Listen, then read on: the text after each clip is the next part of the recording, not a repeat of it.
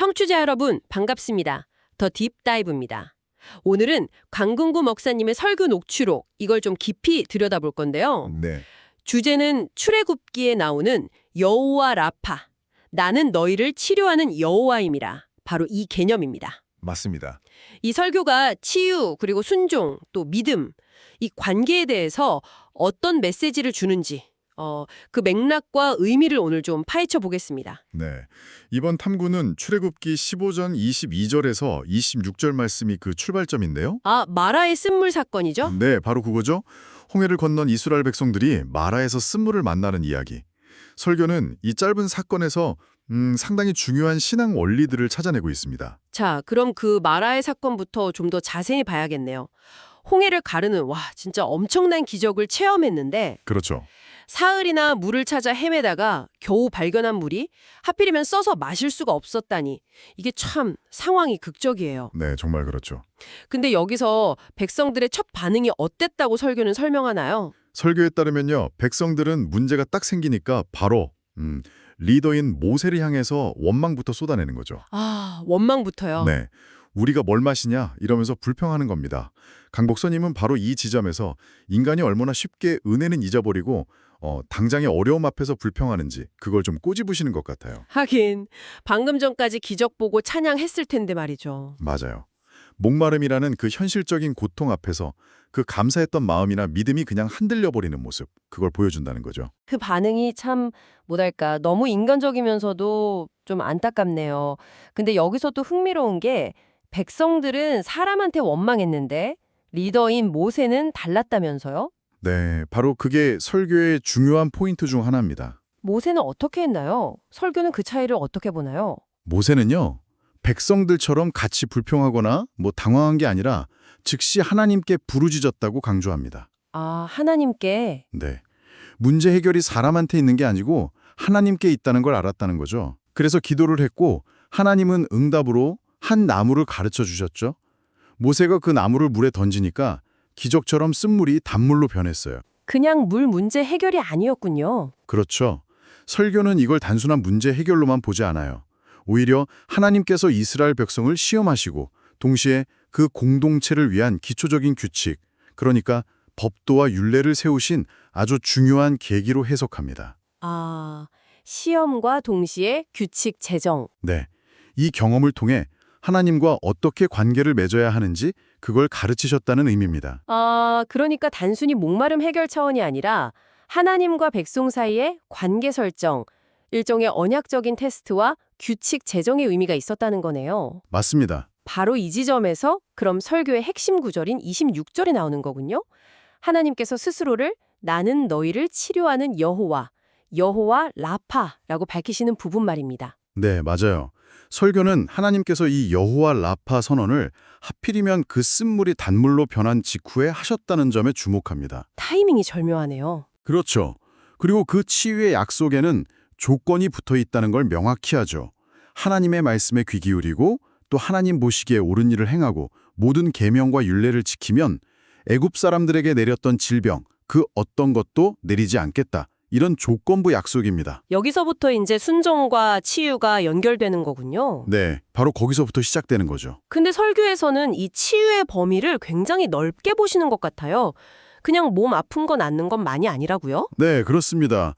강 목사님은 여호와 라파의 치유가 육체적인 질병은 물론이고 우리가 인생에서 만나는 온갖 종류의 쓴물들 있잖아요. 인생의 쓴물. 네, 심리적인 고통, 관계 깨진 거, 영적인 메마름, 경제적인 어려움 이런 모든 걸 다 포함하는 개념이라고 설명하세요. 마라의 쓴물이 단물된 것처럼 삶의 그런 부정적인 상황들이 긍정적으로 회복되고 해결되는 것, 그런 전인격적인 치유를 의미한다는 거죠. 상당히 포괄적인 의미네요. 네, 그리고 이 주장을 뒷받침하려고 설교에서 구체적인 사례들을 드시는 거고요. 아, 그 사례들이 정말 흥미로웠습니다. 특히 19세기 말 조선 상황하고 초기 선교사님들 이야기는 굉장히 인상 깊었어요. 네, 1885년에 언더우드 아펜젤로 선교사님이 도착했을 때 말이죠. 그때 조선의 현실이 어땠다고 설교는 묘사하던가요? 설교에 따르면 당시 조선은 위생관념이 거의 없었고 의료시설은 아예 없었다고 봐야죠. 그래서 전염병이 돌면 그냥 속수무책으로 사람들이 죽어나가는 상황이었다는 겁니다. 아, 콜레라 같은 거 돌면 네, 마을 전체가 쑥대밭이 되고 사람들은 그냥 운명이나 뭐 귀신 탓으로 여기면서 체념했다는 거죠. 언더우드 선교사님이 이 모습을 보고 정말 큰 충격을 받으셨다고 해요. 바로 그 지점에서 언더우드 선교사님이 중요한 깨달음을 얻었다고 설교는 얘기하죠. 맞아요. 복음을 전하기 전에 먼저 이 사람들의 육체적인 고통부터 돌봐야겠다. 이게 단순히 인도주의적인 차원을 넘어서 하나님의 마음을 읽은 거라고 해석하시는 것 같더라고요. 네, 맞습니다. 강 목사님은 언더우드 선교사님의 그 생각, 이 사람들에게 복음 전하려면 먼저 아픈 사람들부터 찾아가 돌봐야겠다는 그 생각이 바로 하나님에게서 온 깨달음이었다고 설명합니다. 실제로 초기 선교사님들이 약 나눠주고 간단한 치료해주면서 기도했을 때 사람들 마음이 열리고 복음이 들어가는 통로가 되었다는 거죠. 이게 바로 조선 땅에서 나타난 여호와 라파의 한 모습이었다는 겁니다. 그리고 이게 세브란스 병원 설립으로까지 이어지잖아요. 네네. 선교사님들 활동 소식이 미국에 전해지니까 루이스 세브란스라는 분이 크게 감동해서 거액을 기부했고, 그래서 1904년에 현대식 병원이 세워진 거고요. 설교는 이 병원을 단순한 치료기관이 아니라 육체와 영혼의 회복이 함께 일어나는 곳, 그러니까 여호와 라파를 실현하는 복음 전파 현장이었다고 평가하더군요. 네, 맞아요. 개인적인 치유를 넘어서 이제 사회적인 차원으로 확장된 사례로 볼 수 있는 거죠. 그러네요. 여기서 설교는 또 중요한 연결점을 만듭니다. 하나님의 치유, 즉 여호와 라파는 그렇게 과거 역사나 성경 이야기에만 있는 게 아니라 오늘날에도 여전히 살아 역사한다는 겁니다.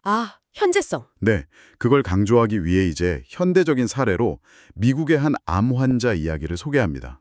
그 암 환자 이야기 정말 극적이었어요. 의사들이 암이 너무 심하게 퍼져서 수술 성공 가능성이 거의 없다고 진단했다면서요? 네, 의학적으로는 거의 포기 상태였다고 하죠. 근데 설교에 따르면 환자랑 가족들이 절망하지 않고 수술 전날 밤에 다 같이 모여서 정말 간절히 기도했대요. 어떻게 기도했나요? 주님, 제 생명은 의사 손이 아니라 주님 손에 달려 있습니다. 주님 뜻에 순종하고 의지하니까 저를 불쌍히 여겨주십시오. 이런 내용으로 하나님께 매달렸다는 거죠. 와, 정말 간절했겠네요. 네. 그리고 그 결과는 정말 놀라웠다고 설교는 전합니다. 수술이 예상외로 너무 잘 됐고 회복 속도도 의사들이 막 깜짝 놀랄 만큼 빨랐다는 거예요. 기적이네요, 정말. 그렇죠. 설교는 이 환자의 간증을 빌려서 이 기적적인 회복이 무슨 뛰어난 의술이나 명의 덕분이 아니라 전적으로 여호와 라파, 치료하시는 하나님 덕분이었다고 아주 강력하게 선언합니다. 이 사례는 믿음과 현대의학의 관계 또 기도의 역할에 대해서 다시 한번 생각하게 만드는 그런 지점이죠. 확실히 그렇네요. 이런 현대 사례까지 들어보니까 설교가 처음에 제시했던 그 마라 사건하고 26절 말씀으로 다시 돌아가서 핵심 메시지를 좀 정리할 필요가 있겠어요. 네, 맞습니다. 결국 설교 전체를 꿰뚫는 키워드는 순종인 것 같아요. 네, 바로 순종이죠. 마라에서 쓴물을 달게 하려고 하나님이 지시하신 게 복잡한 기술이나 처방이 아니라 그냥 한 나무를 던지는 행위였잖아요. 네, 아주 단순했죠. 어찌 보면 좀 비논리적이기도 하고요. 설교는 바로 이 행위를 하나님의 방법에 대한 순종의 상징으로 해석하는 거죠. 맞습니다. 그리고 우리의 생에 여러 가지 쓴물, 문제 상황 앞에서 우리가 해야 할 일은 인간적인 방법을 막 동원하기보다 하나님의 제시하시는 방법, 즉 순종의 나무를 던지는 거다. 이렇게 적용을 하시는군요. 네, 근데 여기서 설교가 말하는 순종의 의미를 좀 더 깊이 볼 필요가 있어요. 이게 단순히 명령이니까 따르는 그런 기계적인 행위가 아니라는 거죠. 그 이상이다. 네, 하나님에 대한 깊은 신뢰 그리고 믿음이 없으면 사실 불가능한 행동이죠. 왜냐하면 하나님의 방법은 종종 우리의 이성이나 상식으로는 이해하기 어려울 때가 많거든요. 그렇죠. 나무까지 던진다고 물이 달게 된다는 게 상식적이지는 않으니까요. 바로 그겁니다. 그래서 설교의 관점에서 보면 순종은 곧 믿음의 표현이고 이 믿음과 순종을 통해서 치유라는 은혜가 임한다. 이런 논리 구조를 가지고 있어요. 그러니까 치유는 우리가 노력해서 얻어내는 결과물이 아니고 하나님을 신뢰하고 그분 말씀에 따를 때 주어지는 선물, 즉 은혜라는 거군요. 그렇죠. 하지만 그 은혜를 경험하는 통로, 그게 바로 순종이라는 조건을 통과할 때 열린다 이렇게 보는 거고요. 네, 받을 자격이 있어서가 아니라 하나님의 방식에 따를 때 그 치유라는 은혜가 나타난다는 것. 여기서 이제 불평과 순종의 결과가 아주 극명하게 갈리는 거죠. 불평하면 문이 닫히고 네, 맞아요. 설교는 불평과 원망은 오히려 치유의 문을 닫아버리지만 믿음에서 나온 순종과 기도는 그 문을 여는 열쇠가 된다고 강조합니다. 이 원리를 더 생생하게 보여주려고 설교에서 성경 속 인물들의 아주 극적인 치유 사례 3가지를 연달아 제시합니다. 그 사례들. 네, 정말 인상적이었죠. 설교가 제시하는 믿음과 순종의 대표적인 예시들인데 먼저 구약 인물부터 볼까요? 네, 첫 번째 인물로 설교는 아람 군대 장군 나아만을 주목합니다. 나아만 장군? 네, 당시에는 불치병이었던 나병, 문둥병에 걸려서 고통받고 있었죠. 그래서 이스라엘의 선지자 엘리사를 찾아갔는데 엘리사가 직접 만나주지도 않고 사원을 통해서 요단강 가서 7번 몸 씻으라 이 지시만 딱 전달합니다. 나아만 장군 첫 반응이 완전 분노였잖아요. 그렇죠. 자기 나라에는 요단강보다 훨씬 깨끗하고 좋은 강 많은데 왜 하필이면 흙탕물 같은 요단강에서 목욕하라고 하냐 막 모욕감을 느꼈죠. 네, 그의 지위나 상식으로는 도저히 받아들이기 힘든 처방이었을 겁니다.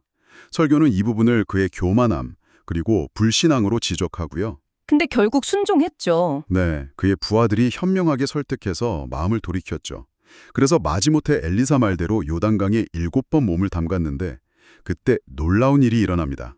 그의 살이 어린아이 살처럼 깨끗하게 회복된 거죠. 와, 설교는 이 사건에서 나아만의 그 처음 저항과 나중의 순종을 아주 극명하게 대비시키면서 인간적인 생각, 자존심 다 내려놓고 하나님의 방법에 순종했을 때 임하는 그 치유의 능력을 보여준다고 해석합니다.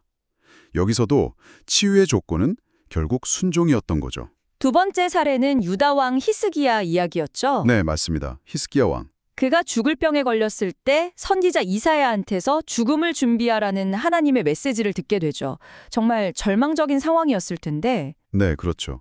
이때 히스기야는 어떻게 반응했나요? 설교는 히스기야가 명의를 찾거나 다른 대안을 구하지 않고 가장 먼저 얼굴을 벽으로 향하고 하나님께 통곡하면서 기도했다는 점을 강조합니다. 벽을 향해서. 네, 여호와여 구하오니 내가 주 앞에서 진실과 전심으로 행하며 주의 목전에서 선하게 행한 것을 기억하옵소서. 이렇게 자신의 지난 삶을 돌아보면서 하나님의 긍휼을 구하는 그야말로 눈물의 기도를 드린 거죠. 그리고 그 기도가 응답받았잖아요. 네, 하나님께서 그의 눈물을 보셨고 기도를 들으셨다 말씀하시면서 생명을 15년이나 연장시켜 주셨습니다. 15년이요? 와. 네, 설교는 이 사례를 통해서 정말 절망적인 상황에서도 포기하지 않고 드리는 그 간절한 기도가 하나님의 마음을 움직이고 불가능해 보이는 상황까지도 바꿀 수 있는 힘이 있다는 걸 보여준다고 설명합니다. 여기서 치유는 간절한 기도라는 통로를 통해 임한 하나님의 은혜로 제시되는 거죠. 순종, 그리고 기도. 마지막 세 번째 사례는 신약 시대로 넘어왔죠. 네, 예수님 시대의 한 중풍병자 이야기입니다. 4명의 친구가 이 환자를 침상에 눕혀서 예수님께 데려왔는데 사람들이 너무 많아서 도저히 예수님께 다가갈 수가 없는 상황이었어요. 보통 사람이면 거기서 포기했을 것 같은데 이 친구들 행동이 진짜 놀랍습니다. 그렇죠. 설교는 그들이 지붕으로 올라가서 기와를 뜯어내고 구멍을 내서 친구가 누워있는 침상을 예수님 바로 앞으로 달아내렸다고 아주 생생하게 묘사하죠. 네, 정말 대단한 믿음이고 집념이죠. 네. 바로 그 점을 설교는 강조합니다. 예수님께서 침상에 누워있는 환자 본인만이 아니라 그를 데려온 친구들의 믿음을 보셨다고 성경은 기록하고 있거든요. 친구들의 믿음. 네. 그들의 믿음은 그냥 마음속 생각이 아니라 장애물을 뚫고 나아가는 구체적인 행동으로 나타났던 거죠. 그리고 예수님은 그 자리에서 먼저 작은 자야, 네 죄사함을 받았느니라 이렇게 선포하세요. 이 부분. 여기서 설교는 육체의 질병 치유 이전에 죄사함을 먼저 선포하신 것에 주목하더라고요. 네, 맞습니다. 이게 그의 질병이 어쩌면 죄와 관련이 있었을 수도 있다는 걸 암시하면서 예수님의 치유가 단순히 그냥 육체적인 현상 회복을 넘어서 영적인 문제까지 해결하는 전인적인 치유였다는 걸 보여준다고 해석하는 거죠. 네, 바로 그겁니다. 설교는 예수님께서 그들의 믿음을 보시고 육체와 영혼의 문제를 동시에 해결해 주셨음을 강조합니다. 그리고 이 모든 치유 과정에서 예수님은 어떤 대가나 조건을 요구하지 않으셨다는 점. 돈이나 뭐 다른 걸 요구하지 않으셨군요. 네, 돈도 다른 어떤 것도 필요 없었고 오직 그들의 믿음만이 중요했다는 점을 부각합니다. 나아만, 히스기야 중풍병자. 이 세 사례를 이렇게 쭉 들어보니까 설교가 일관되게 보여주는 어떤 패턴 같은 게 있는 것 같아요. 어떤 패턴일까요? 치유는 인간의 논리나 뭐 의학적인 기대를 뛰어넘는 하나님의 주권적인 역사인데 그게 나타나는 통로에는 항상 인간 쪽에서의 어떤 반응, 나아만의 순종, 히스기야의 기도, 중풍병자와 친구들의 믿음에서 나온 행동이 있었다는 점이요. 아, 정확하게 보셨네요. 네, 강 목사님은 이 이야기들에서 공통적으로 하나님께서 어떤 대가를 요구하신 게 아니라 그들의 순종과 믿음 그리고 간절한 기도를 귀하게 보셨다는 점을 거듭 확인시켜 줍니다. 이것이 바로 여호와 라파의 치유가 나타나는 원리라는 거죠. 자, 이제 이 모든 내용을 오늘을 살아가는 우리 청취자 여러분, 각자의 삶으로 좀 가져와 볼 시간이 된 것 같습니다. 네, 설교는 우리 모두에게 각자의 마라의 쓴물이 있다고 말하잖아요. 그게 뭐 눈에 보이는 질병일 수도 있고 마음 깊은 곳의 상처나 트라우마 아니면 깨어진 관계의 아픔 혹은 뭐랄까 삶의 의미를 잃어버린 영혼의 메마름일 수도 있고요. 네, 그렇죠. 그리고 이러한 문제들 앞에서 우리가 어떤 태도를 취해야 하는지에 대해 설교는 아주 분명한 방향을 제시합니다. 어떤 방향인가요? 인간적인 능력이나 노력에만 의존하거나 혹은 너무 쉽게 좌절하고 원망하는 대신에 마라에서 모세가 보여줬던 반응, 그리고 성경 속 인물들이 보여줬던 그 반응을 따르라는 겁니다. 아, 그러니까 하나님의 말씀에 귀 기울이고 불평 대신 기도하고 그분의 방법에 순종하는 믿음을 보이라는 권면이군요. 네, 바로 그거죠. 여기서 근데 중요한 건 치유의 주체가 우리가 아니라는 점을 설교가 분명히 하는 것 같아요. 맞습니다. 아주 중요한 지적입니다. 우리가 막 열심히 노력해서 치유를 쟁취하는 게 아니라 하나님을 신뢰하고 그분의 방식에 기꺼이 따를 때 하나님께서 은혜로 베푸시는 선물이라는 관점? 네, 설교의 마지막 메시지이자 확신은 바로 이것입니다. 하나님은 출애굽 시대 마라의 현장에서 그리고 성경 속 수많은 인물들의 삶 속에서 역사하셨던 것처럼 21세기를 살아가는 오늘 우리에게도 여전히 동일하게 여호와 라파, 우리를 치료하시는 하나님이시라는 사실입니다. 아, 변함없이. 네, 설교는 여러분이 하나님을 신뢰함으로 여러분의 그 쓴물에 순종의 나무를 던질 때 인생의 쓴물이 단물로 변화되는 회복과 치유를 경험할 수 있다고 약속하면서 끝을 맺습니다. 오늘 강근구 목사님의 설교 녹취록 분석을 통해서 마라의 쓴물 이야기에서 시작해서 여호와 라파라는 하나님의 속성, 그리고 순종과 믿음을 통한 치유의 원리까지 아주 깊이 있게 탐구해 본 것 같습니다. 네, 여러 사례들을 통해 그 메시지가 어떻게 구체화되는지도 확인할 수 있었죠. 네. 마지막으로 설교 전체의 메시지를 바탕으로 해서요. 청취자 여러분 스스로에게 한번 던져볼 만한 질문을 하나 제안하고 싶습니다. 어떤 질문인가요? 설교는 순종이 하나님에 대한 신뢰의 구체적인 표현이라고 거듭 강조했잖아요. 네, 그랬죠. 이것을 좀 더 큰 그림과 연결해 본다면 오늘 여러분이 개인적으로 마주하고 계신 가장 큰 쓴물, 그 구체적인 어려움 앞에서 하나님의 음성을 듣는 것, 그리고 그 음성에 순종하는 것은 과연 어떤 모습일 수 있을까요? 이 질문을 잠시 묵상해 보시면 어떨까 싶습니다. 아, 각자의 삶에서 순종의 모습이 어떻게 나타날 수 있을지 고민해 보라는 말씀이시군요. 아주 좋은 질문입니다. 오늘 저희와 함께 이 깊이 있는 탐구에 동참해 주셔서 감사합니다.